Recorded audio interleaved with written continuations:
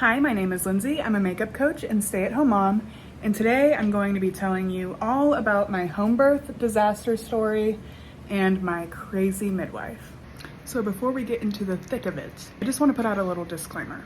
I'm not trying to scare anyone out of a home birth. Home birth can be beautiful and it can be great for a lot of people.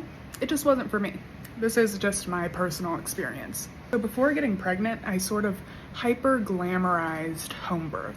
The birth pool, the intimate homey setting, my husband getting to be involved in everything, our dog being able to be in attendance. But on the flip side of that situation, I sort of went into the whole home birthing situation a little prideful.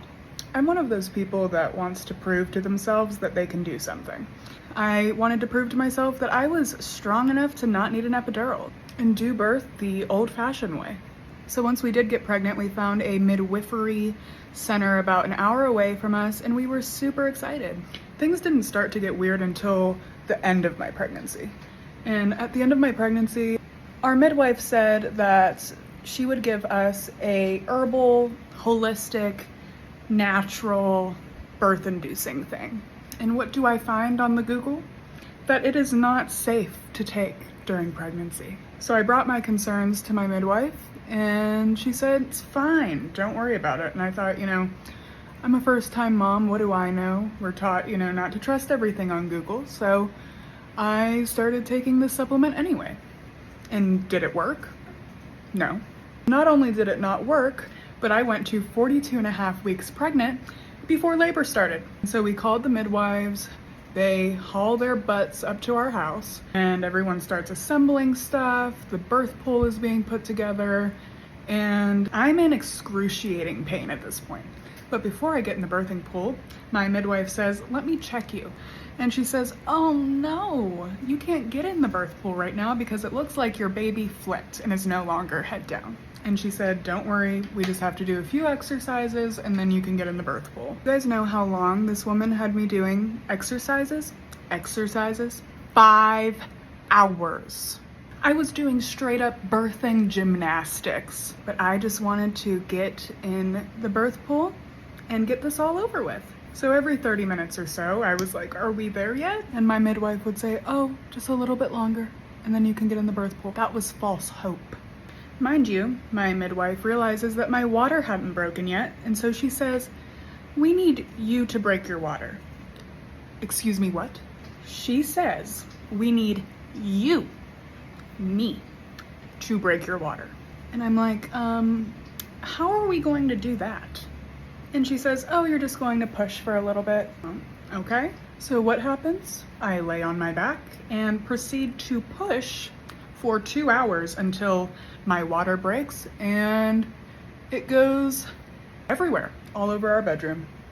TMI, but that's what happened. So at this point, I could literally feel my body shutting down. But when they checked my heart rate, they said, oh wow, your heart rate is 170 beats per minute. Maybe, just maybe, that's what happens when you have someone literally pushing and working out during labor for 7 hours. So at this point, I'm telling my midwife, I can't do this anymore. Like, the pain was absolutely excruciating. My heart was literally beating out of my chest. At that point, I knew I just did not have the strength to go on anymore, so I asked my midwife to get me transported to the hospital. What she did not proceed to do was encourage me, tell me, you did such a good job, you tried so hard, like, everything's going to be okay.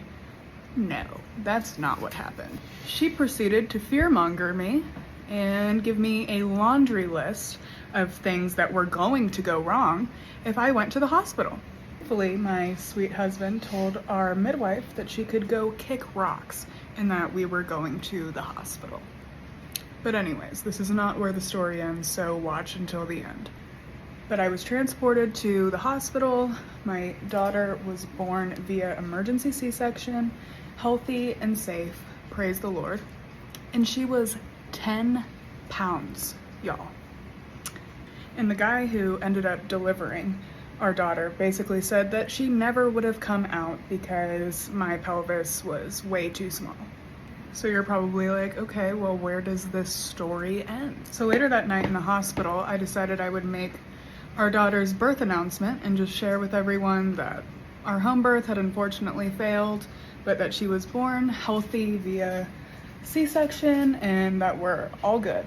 And of course, I was a little bit sad that our birth had not turned out the way that we had originally planned, but I was just sort of glad that we ended up okay. And it was nice. I got a lot of nice congratulatory comments. But anyways, a few hours after making this post on Facebook and sharing about the whole failed home birth experience and having an emergency C-section and whatnot, I get a text from our midwife. And I honestly was a little bit nervous because of just the way that she was treating me during labor. And it turns out I had some reason to be nervous because when I opened up her text message, it was a super long, scathing message about how the home birth didn't work out because it was my fault.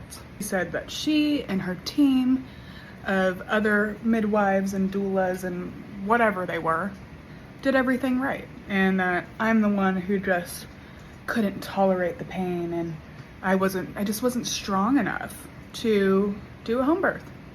And I mean, I figured out real quick that, you know, my midwife had a little bit of an ego problem, so I just responded with kindness. But who does that? Even if you are mad at someone or don't like something that someone said, why write them a long, scathing message just hours after they give birth? And even though I didn't get the birth that I wanted, I got a beautiful, healthy baby girl who is now 2 years old and thriving, and I couldn't really ask for anything more. If you enjoyed this video, please give it a like and leave a comment so I can know that you want me to share more of my crazy life stories. But anyways, I hope that you guys have a wonderful day and I look forward to talking with you again soon. Bye.